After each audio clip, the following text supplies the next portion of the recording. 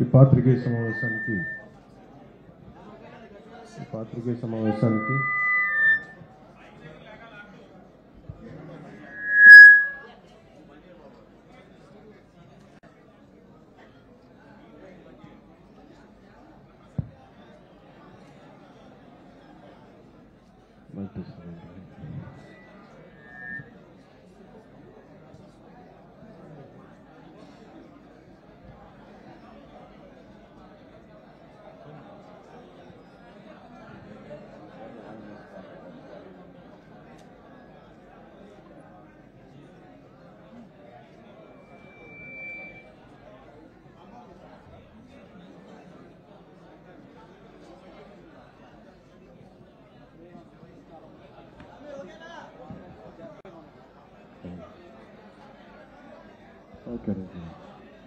అందరికీ నా హృదయపూర్వక నమస్కారం. ఈ సమావేశానికి విచ్చేసిన పాత్రికేయ కుటుంబానికి, ఈ సమావేశాన్ని వీక్షిస్తున్న తెలుగు ప్రజలందరికీ, ఆంధ్ర రాష్ట్ర ప్రజలందరికీ, దేశ విదేశాల్లో ఈ సమావేశం కోసం జనసేన తెలుగుదేశం ఈ కలయిక కోసం గత 3 ఏళ్లుగా ఎదురు చూస్తున్న మద్దతుదారులందరికీ, రాష్ట్ర సంక్షేమం కోరుకుంటూ ఈ కలయిక ముందుకెళ్లాలని కోరుకుంటున్న ప్రజలందరికీ, చారిత్రాత్మకమైన రాజమహేంద్రవరం నగరం నుంచి ప్రత్యేకించి అందరికీ జనసేన తరపు నుంచి, తెలుగుదేశం తరపు నుంచి అందరికీ నా హృదయపూర్వక నమస్కారాలు. దాదాపు 4 వారాల క్రితం రాజమహేంద్రవరంలో, రాజమండ్రిలో మాజీ ముఖ్యమంత్రి, ప్రతిపక్ష నాయకులు శ్రీ నారా చంద్రబాబు నాయుడు గారిని అక్రమంగా అరెస్ట్ చేయడం, అలాగే నన్ను ఆంధ్రాలోకి అడుగు పెట్టనివ్వకుండా నన్ను బోర్డర్లో ఆపేసిన విధానం అందరికీ తెలిసిందే. ఈ అరాచకపు ప్రభుత్వం, వీరి పాలనా విధానాలు, వీరి పాలసీ టెర్రరిజం, ప్రజలందరినీ భయభ్రాంతులకు గురి చేయడం, బెదిరింపులు, ఇవన్నీ చాలా ఇబ్బంది కలిగించిన నేపథ్యంలో ప్రతి పొలిటికల్ పార్టీ, సిపిఐ సిపిఎం దగ్గర నుంచి, బీజేపీ నాయకుల దగ్గర నుంచి, వైసీపీ నాయకులు దాడి చేయని పార్టీ అంటూ లేదు. విజయనగరంలో కూడా వచ్చిన కొద్ది నెలల్లోనే దారుణంగా కత్తులతో పొడిచి ఒక భారతీయ జనతా పార్టీ కార్యకర్తని పేగులు బయటికి తీయడం జరిగింది. సో ఏ పార్టీ, ఇంక్లూడింగ్ సిపిఐ సిపిఎం వాళ్ళని ఇబ్బంది పెట్టారు, జనసేన నాయకుల్ని ఇబ్బంది పెట్టారు, జనసేన కార్యకర్తలను ఇబ్బంది పెట్టారు. అదే కోవలో ప్రతిపక్ష నాయకులైన చంద్రబాబు గారి దగ్గర నుంచి, అచ్చెన్నాయుడు గారితో మొదలుకొని చంద్రబాబు నాయుడు గారి వరకు ఈ అరాచకాలు ఆగలేదు. అక్రమంగా కేసులు పెట్టడం, వీటన్నిటి నేపథ్యంలో అస్థిరతకి గురైన ఆంధ్రప్రదేశ్కి సుస్థిరత ఇవ్వాల్సిన అవసరం ఉంది. ఓట్లు చీలిపోకూడదు, వైసీపీ వ్యతిరేక ఓటు చీలనివ్వం. 2021 మార్చి ఇప్పటి సభలో చెప్పిన దగ్గర నుంచి ఈ రోజు వరకు దాని అంచెలంచెలుగా మాట తాలూకు వ్యాప్తిని మీరు చూస్తూనే ఉన్నారు. జనసేన పార్టీ తరపు నుంచి ఒకటే ముఖ్య ఉద్దేశం, 2014 పార్టీ ఆవిర్భావం నుంచి ఈ రోజు దాకా దేశంలో దేశ సమగ్రతతో పాటు, తెలుగు ప్రజల ఐక్యతతో పాటు ఆంధ్రప్రదేశ్ అభివృద్ధి మాకు ప్రథమం మాట. దీంట్లో 2014లో కూడా ఆ రోజున తెలుగుదేశం పార్టీ సంపూర్ణమైన మద్దతు ఇవ్వడానికి కూడా కారణం ఒక అనుభవమైన నాయకులు కావాలి దీనికి. ఆ తర్వాత జరిగిన పరిణామాలన్నీ తెలుసు. వైసీపీకి నేను మొదటి నుంచి చెప్తున్నా, వైసీపీ కానీ వైఎస్ జగన్ కానీ జనసేన పార్టీ వ్యతిరేకం కాదు. వారి విధానాలకి మేము వ్యతిరేకం, వారి అరాచకానికి మేము వ్యతిరేకం, వారి దారుణాలకి వారి దోపిడీలకి మేము వ్యతిరేకం. వారు ఈ విధానాలు మార్చుకుంటే మాకు వైసీపీని ఇలాంటి దృష్టితో చూడాల్సిన అవసరం లేదు. ప్రతి ఒక్కరిని కేసుల పేరు మీదట మనకి జైలుకి పంపించడాలు, ఏదైనా మాట్లాడితే ఎస్సీ ఎస్టీ అట్రాసిటీ కేసులు పెట్టడాలు, ఒక కన్ఫ్యూజన్తో కూడిన మాట మార్చే విధానం, మద్యపానాన్ని నిషేధిస్తామని చెప్పిన వచ్చిన వ్యక్తులు మద్యాన్ని విచ్చలవిడిగా అమ్మటం, నాడీ వ్యవస్థను దెబ్బతినే కల్తీ మందుని సరఫరా చేయటం, 30,000 కోట్ల రూపాయలు మద్యం మీద సంపాదించడం, ఇసుక దోపిడీలు, మినరల్ దోపిడీలు, ఖనిజ దోపిడీ, ప్రత్యర్థుల్ని భయభ్రాంతుల్ని గురి చేయటం, కేసులు పెట్టడం, ఉద్యోగులకి సిపిఎస్ రద్దని చెప్పి బయట వాటిని ఆ మాట నిలబెట్టుకోలేకపోవటం, ఒకటి కాదు రెండు కాదు ఇలా కోకొల్లలు చెప్పుకుంటే వస్తూనే ఉంటాయి లిస్ట్ లాగా. సో వీటన్నిటికీ ఒకటే విరుగుడు, వైసీపీ అనే ఒక తెగులు రాష్ట్రానికి పట్టుకుంది.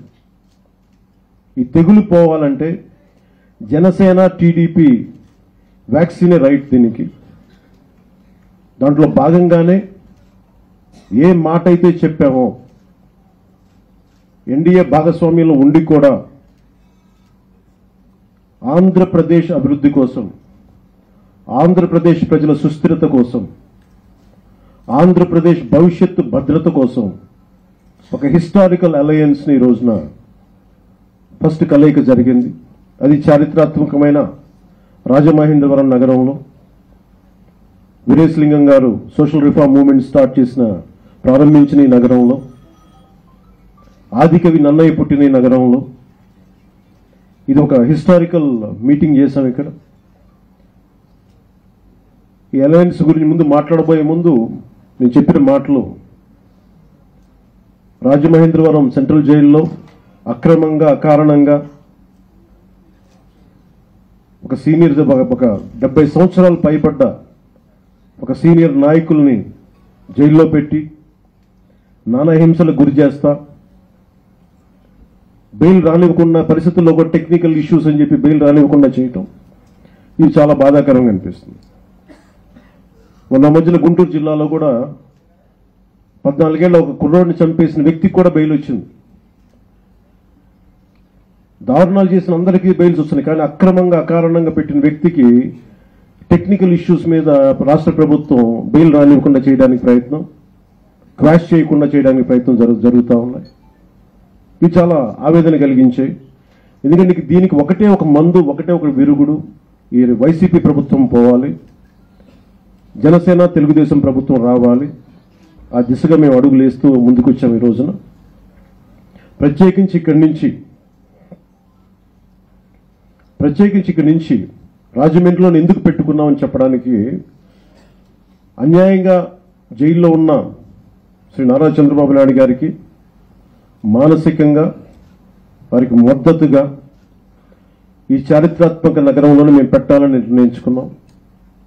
ఈ హోటల్ కూతువేట దూరంలో ఉన్న సెంట్రల్ జైల్లో వారికి ధైర్యం ఇచ్చేలాగా, తెలుగుదేశం క్యాడర్కి మనోబలం ఇచ్చేలాగా, రాష్ట్ర ప్రజలకు కూడా ఇంత అన్యాయం జరుగుతుంటే ఎవరు పట్టించుకోరంటే అనే పరిస్థితుల్లో నుంచి మేమందరం ఉన్నాం, మేము కలిసికట్టుగా ఉన్నాం. రాష్ట్ర భవిష్యత్తుని చాలా బలంగా ముందుకు తీసుకెళ్తాం, వైసీపీ దోపిడీని అరికడతాం. వీటన్నిటినీ ఇవ్వడానికి, ఆ భద్రత ఇవ్వడానికి, ఆ భరోసా ఇవ్వడానికి ఈ రోజున మేము రాజమండ్రిలో ప్రత్యేకించి సమావేశం పెట్టడం జరిగింది. దీంట్లో చాలా కీలకమైన అంశాలన్నీ వచ్చినాయి. తెలుగుదేశం జనసేన ఎలా కలిసి ముందుకెళ్ళాలి, ఉమ్మడి కార్యాచరణ ఎలా ఉండాలి. ఒక 150 రోజులు కూడా లేదు కనీసం ఈ రోజున ఎన్నికలు, ఉన్నది 120 రోజులు. సో ఇలాంటి ప్రణాళికలు ఎన్ని రోజుల్లో చేయాలి ప్రణాళిక, అలాగే ఉమ్మడి మేనిఫెస్టో ఎలా ఉండాలి, వారు ఆల్రెడీ చేసిన ఈ మేనిఫెస్టోకి జనసేన అనుకున్న మేనిఫెస్టో పాయింట్స్ ఎలా యాడ్ చేయాలి దీని మీద కూడా చర్చకు వచ్చింది. ఇచ్చే అంశాల మీద దాదాపు సుదీర్ఘంగా ఇన్ని గంటల సేపు, దాదాపు 3 గంటల సేపు చర్చ జరిగింది.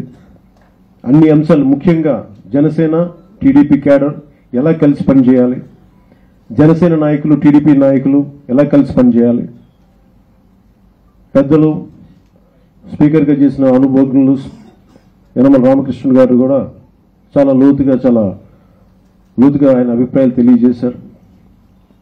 అలాగే ఇంకొక స్పీకర్, ఉమ్మడి రాష్ట్ర సభాపతి శ్రీ నాదెండ్ల మనోహర్ గారు కూడా వీళ్ళు చాలా లోతుగా చర్చలు జరిపారు. అందరూ నాయకులు కూడా ఇరు పక్షాల నుంచి.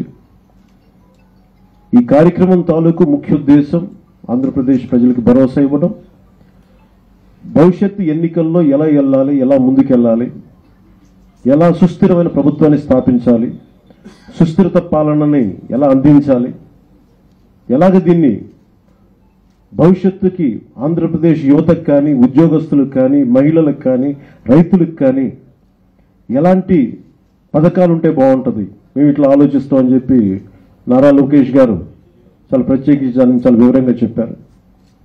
దాంట్లో కొన్ని జనసేన ఆలోచన విధానం కూడా కొంత రిఫ్లెక్ట్ అయింది. గతంలో మేము చెప్పినవి కూడా కొన్ని పాయింట్స్ కనిపించినాయి.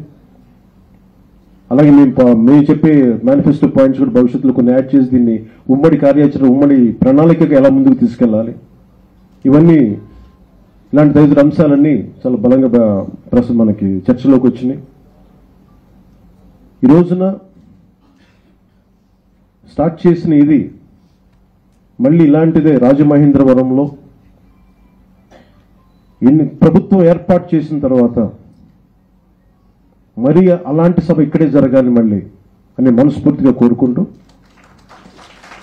శ్రీ నారా లోకేష్ గారిని ఏవేవి అంశాలు వచ్చేదో వారు చెప్తారు, వారు వివరిస్తారు, వారు వివరించమని నేను కోరుకుంటున్నాను.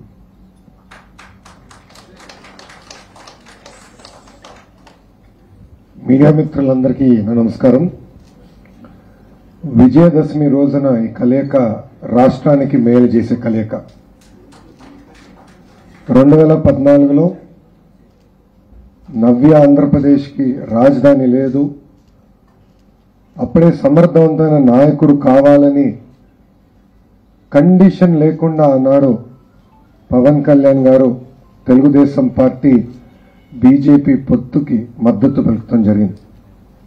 దాంట్లో భాగంగా ప్రభుత్వం ఏర్పడింది, అనేక సంక్షేమ అభివృద్ధి కార్యక్రమాలు చేశాం.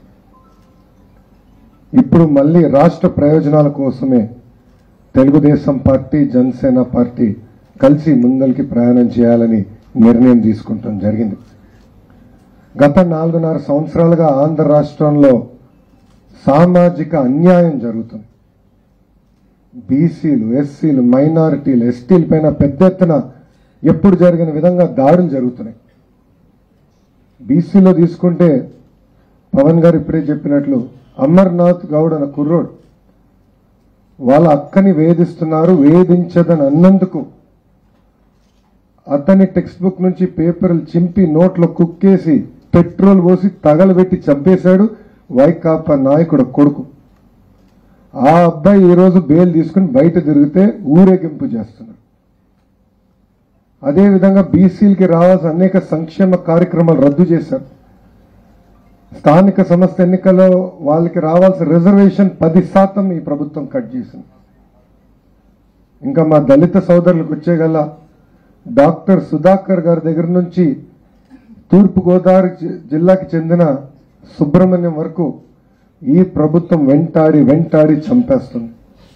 దళితులకి రావాల్సిన 27 సంక్షేమ కార్యక్రమాలు కూడా ఈ ప్రభుత్వం ఇప్పటికీ రద్దు చేసింది. ఇంకా మా మైనారిటీ సోదరులు కూడా వదిలిపెట్టలా. ఇస్లాంలో ఆత్మహత్య చేసుకుంటే మహాపాపం. అలాంటిది నంద్యాల అబ్దుల్ సలాం ఆయన మొత్తం కుటుంబం ఈ ప్రభుత్వం వేధింపుల వల్ల ఆత్మహత్య చేసుకున్నాడు. పలమనేరులో మిస్బా 10వ తరగతి పాప, వైకాపా నాయకుడు కూతురు 2nd ర్యాంక్ వస్తుంది, ఈ అమ్మాయి 1st ర్యాంక్ వస్తుందని వేధించి మిస్బా ఆత్మహత్య చేసుకునే పరిస్థితి తీసుకొచ్చింది ఈ ప్రభుత్వం. ఇంకా కరువు, జగన్ కౌలు పిల్లలు. మీరు చూస్తే 34 లక్షల ఎకరాల్లో ఈరోజు పంట నష్టం జరిగింది. ఈ ప్రభుత్వం చేతగాంతనం వల్ల సాగునీటి ప్రాజెక్టులన్నీ గాలికి వదిలేశారు, మిగుల జలాలన్నీ సముద్రానికి వదిలేశారు. ప్రాజెక్టులు ఎక్కడ మెయింటెనెన్స్ లేని పరిస్థితి, కనీసం కాలంలో నాచు తీసే పరిస్థితిలో ఈ ప్రభుత్వం లేదు. దీనివల్ల రైతాంగం తీవ్రంగా నష్టపోతుంది. రైతుల ఆత్మహత్యలు ఆంధ్ర రాష్ట్రం భారతదేశంలోనే 3వ స్థానం, ఇంకా కౌలు రైతుల్లో 2వ స్థానంలో నిలబడుతుంది. ఇంకా కరెంటు బిల్లు, పెట్రోల్ ధరలు, డీజిల్ ధరలు, ఆర్టీసీ ఛార్జీలు, ఇంటి పన్ను, చెత్త పన్ను విపరీతంగా అన్ని పెంచేసి పెద్ద ఎత్తున ప్రజలపైన భారం మోపింది ఈ ప్రభుత్వం. గత 4.5 సంవత్సరాలుగా ఆంధ్ర రాష్ట్రానికి ఒక్క పరిశ్రమ రాలా. ఎన్నికల ముందల్లా 2,30,000 ప్రభుత్వ పోస్టులు భర్తీ చేస్తానన్న జగన్ పోస్టులు భర్తీ చేయాల. ఉద్యోగాలు లేవు, ఉపాధి లేవు, వలసలుగా యువత పక్క రాష్ట్రానికి వెళ్లే పరిస్థితి. ఇంకా ప్రజల సమస్యలపైన పోరాడిన వాళ్ళందరిపైన కేసులు పెడతాం, పెద్ద ఎత్తున వేధిస్తాం. ఈరోజు ఈ జేఏసీ మీటింగ్ లో కూడా చర్చించాం. ఈ ప్రభుత్వం అధికారంలోకి వచ్చిన మొదటి రోజు నుంచి ఈ ప్రభుత్వం వ్యతిరేకంగా ఎవ్వరు మాట్లాడినా వాళ్ళు వేధిస్తున్నారు. ఈ వేదిక మీద అనేక మంది నాయకుల్ని కూడా వేధించారు. అచ్చెన్నాయుడు గారిని ఎట్లా హింస పెట్టారో ప్రజలందరూ కూడా చూశారు. ఏం తప్పు చేయని చంద్రబాబు నాయుడు గారిని ఈ రోజు ఏకంగా బంధించి 44 రోజులు జ్యుడిషియల్ రిమాండ్కి పంపించారు. ఆ కేసులో మాక్సిమం జ్యుడిషియల్ రిమాండ్లో ఉన్న వ్యక్తులు మహా అంటే 36 రోజులు. ఏం తప్పు చేయని బాబు గారిని ఇన్ని రోజులు పెట్టారు. అంటే వ్యవస్థల్ని మేనేజ్ చేసి ప్రతిపక్ష గొంతు నొక్కేయాలని ప్రయత్నిస్తుంది ప్రభుత్వం. దాంట్లో భాగంగానే పవన్ గారు ఆనాడు మంగళగిరికి రావాలంటే హైదరాబాద్ నుంచి ఫ్లైట్ టేక్ ఆఫ్ కూడా చేయలేదు.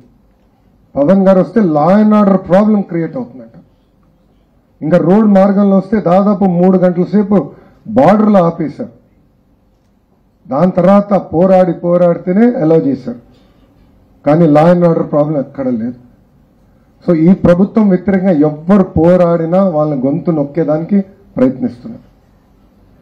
ప్రజల తరపున పోరాడడానికే, ప్రజల సమస్యలు పరిష్కరించేదానికే తెలుగుదేశం పార్టీ, జనసేన పార్టీ ముందుకు వచ్చి దాంట్లో భాగంగా ఈరోజు మొదటి జేఏసీ మీటింగ్ మేము ఏర్పాటు చేసుకున్నాం. దాంట్లో రాబోయే 100 రోజుల కార్యాచరణ గురించి చర్చించాం. దాంట్లో 29, 30, 31 ఈ 3 రోజులు ఉమ్మడి జిల్లాల్లో తెలుగుదేశం పార్టీ నాయకులు, అంటే జిల్లా స్థాయి నాయకులు, అదేవిధంగా జనసేన పార్టీ నాయకులు కలిసి సమావేశాలు ఏర్పాటు చేసుకోవాలని నిర్ణయించుకున్నాం. ఇంకా నవంబర్ 1వ తారీఖు నుంచి మేనిఫెస్టో రూపొందించుకుని డోర్ టు డోర్ కలిసి ప్రచారం ప్రారంభించాలని నిర్ణయం తీసుకున్నాం. 3వది, తీవ్రమైన కరువు పరిస్థితుల వల్ల రైతాంగం తీవ్రంగా నష్టపోతుంది. తెలుగుదేశం పార్టీ, జనసేన పార్టీ కార్యకర్తలు ఫీల్డ్కి వెళ్ళి వాస్తవాలు తెలుసుకుని పార్టీలకి నివేదిక ఇవ్వాలని నిర్ణయించుకున్నాం. దాని తర్వాత నెక్స్ట్ జేఏసీ మీటింగ్లో దీనిపైన భవిష్యత్ కార్యాచరణ కూడా నిర్ణయిస్తామని తెలియజేస్తున్నాం. ఈ మీటింగ్లో 3 తీర్మానాలు చేశాం. మొదటి తీర్మానం తెలుగుదేశం పార్టీ జాతీయ అధ్యక్షుల వారు చంద్రబాబు నాయుడు గారి అక్రమ అరెస్ట్ నిరసిస్తూ ఒక తీర్మానం చేశాం. రెండోది, అరాచక పాలన నుంచి రాష్ట్ర ప్రజల్ని కాపాడడానికే ఈ పొత్తు ఏర్పాటు చేసుకునే అనేది రెండోది. మూడోది, అన్ని వర్గాలకు అభివృద్ధి బాటలో నడిపిస్తుంది ఈ పొత్తు అనేది. ఈ 3 తీర్మానాలు చేశాం. ఈ 3 తీర్మానాలు ఈరోజు సాయంత్రం మీడియా మిత్రులు కూడా సర్క్యులేట్ చేస్తాం జరుగుతుంది. ఇది పవన్ కళ్యాణ్ గారు చెప్పినట్లు ఒక హిస్టారిక్ కలయిక. నాకు ఎలాంటి సందేహం లేదు, 2024లో తెలుగుదేశం పార్టీ, జనసేన పార్టీ కలిసి ఆంధ్ర రాష్ట్రంలో ఎప్పుడు లేని మెజారిటీతో ప్రభుత్వం మేము ఏర్పాటు చేస్తున్నాం. మళ్ళీ మంచి రోజులు ఆంధ్ర రాష్ట్రానికి తీసుకొచ్చే బాధ్యత మేము తీసుకుంటామని ఈరోజు ఆంధ్ర రాష్ట్ర ప్రజలందరికీ తెలుపుకుంటూ మీడియా మిత్రులకి ఏమైనా ప్రశ్నలు ఉంటే కొన్ని ప్రశ్నలు తీసుకుంటాం అండి. దానిపైన ఆల్రెడీ పవన్ గారు చాలా స్పష్టంగా నిన్న చెప్పారు. దానికి స్పందించాల్సిన అవసరం ఆల్రెడీ దానికి సమాధానం ఆయన చెప్పారు. ప్రజల సమస్యల గురించి చర్చించాం ఈ మీటింగ్లో. ప్రజలకి ఏం మేలు చేయాలో చర్చించాం ఈ మీటింగ్లో. ఇది రాష్ట్ర అభివృద్ధి గురించి చర్చించాం ఈ మీటింగ్లో. మంత్రుల పదవుల కోసమో ఇతర పదవుల కోసం ఈ మీటింగ్ పెట్టుకోలేదు. మేము ప్రజల కోసం, ప్రజలకు ఏం చేయాలో దానికోసం ఈ మీటింగ్ ఏర్పాటు చేసుకున్నాం.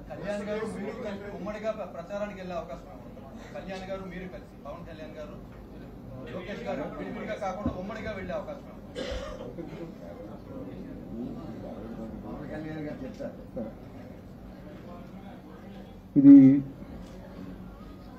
2-3 విడతలుగా ఉంటుంది.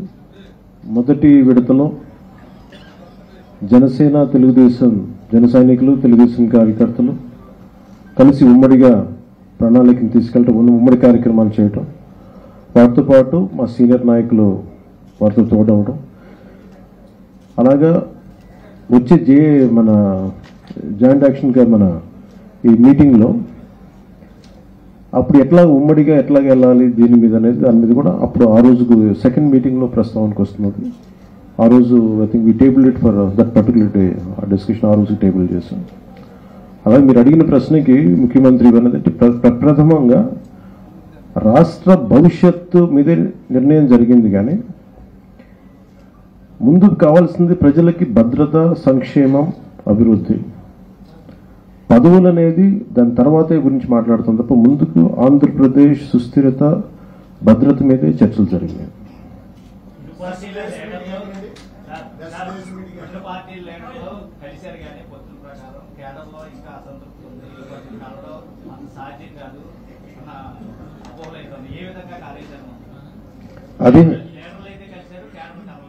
అది మీ వ్యక్తిగత అభిప్రాయం.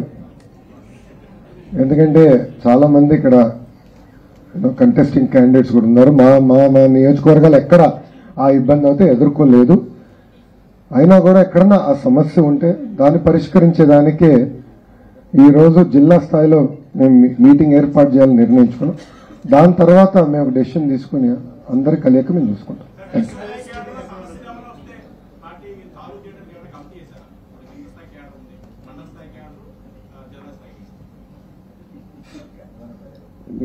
సందేహాలు ఎక్కువైపోయింది మీకు. అంటే కలిసి పని చేయకూడదు అనుకున్నారా? కొట్టేసుకోవాలి కదా మేము. అలా కొట్టుకో గొడవలు రావు మేము కొట్టుకో. వైసీపీ వాళ్ళు కొట్టుకోవాలి, మేము కొట్టుకో.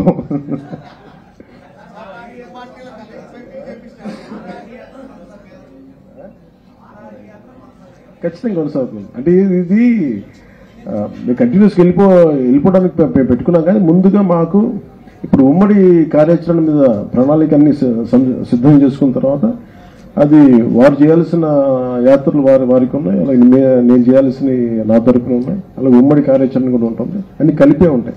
అది ఇంకొక వారం 10 రోజులు సంపూర్ణమైన స్పష్టత ఇస్తాం.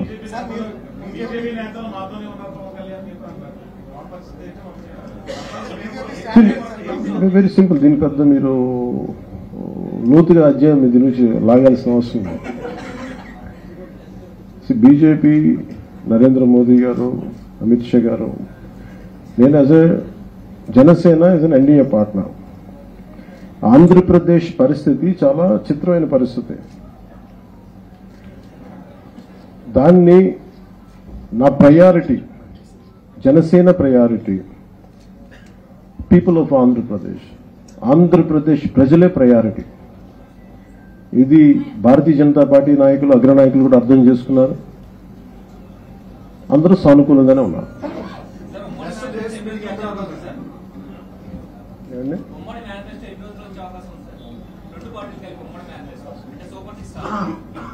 నవంబర్ 1వ తారీఖు నాడు మేము ప్రకటిస్తాం. ఎత్తున వాటర్ల జాబితాకి వెళ్ళడం జరిగింది. వాటర్ల జాబితాకి వెళ్ళడం ట్రాఫిక్ లేదు. ఈ నేపథ్యంలో ఉమ్మడి కార్యాచరణ ఏ విధంగా ఉంది? ఓటర్ లిస్ట్ గురించి కూడా చర్చకు వచ్చింది. అక్టోబర్ 27వ తారీఖు నుంచి డ్రాఫ్ట్ ఓటర్ లిస్ట్ విడుదల అవుతుంది. అదంతా కలిసికట్టుగా ఆ ఓటర్ లిస్ట్ కూడా ప్రతి ఇంటికి వెళ్లి కరెక్ట్ గా ఉందా లేదా అది కూడా చెక్ చేసుకునే బాధ్యత మేము తీసుకుంటాం. ఓకే, ఫైనాన్షియల్ పథకాలు అమలు చేస్తున్న రాష్ట్రంలో మీరు ప్రకటించిన భవిష్యత్తు పేరుతో ఏవైతే పథకాలు ఉన్నాయో అవి కూడా ఫైనాన్షియల్ పథకాలు. ఈ రెండింటి వల్ల ఏమైనా ఇబ్బందులు వస్తాయనుకుంటున్నారు? అభివృద్ధి సంక్షేమం ఈ కూటమికి జోడెద్దుల బండి. రెండు మేము ముందలు తీసుకెళ్తాం. అప్పులు చేసి సంక్షేమం కాదు, అభివృద్ధి చేసి సంక్షేమం చేయాలనేది మా లక్ష్యం. Okay, thank you.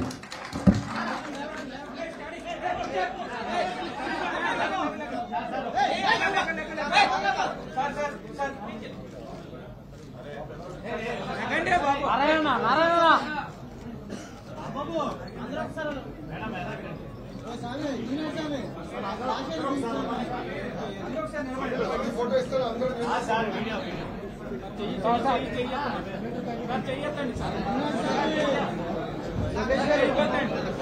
వైడు అన్నా పక్కరావాలి పక్కరావాలి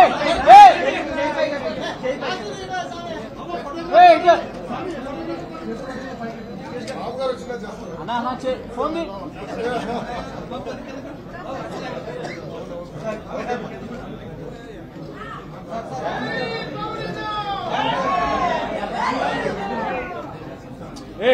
పక్కన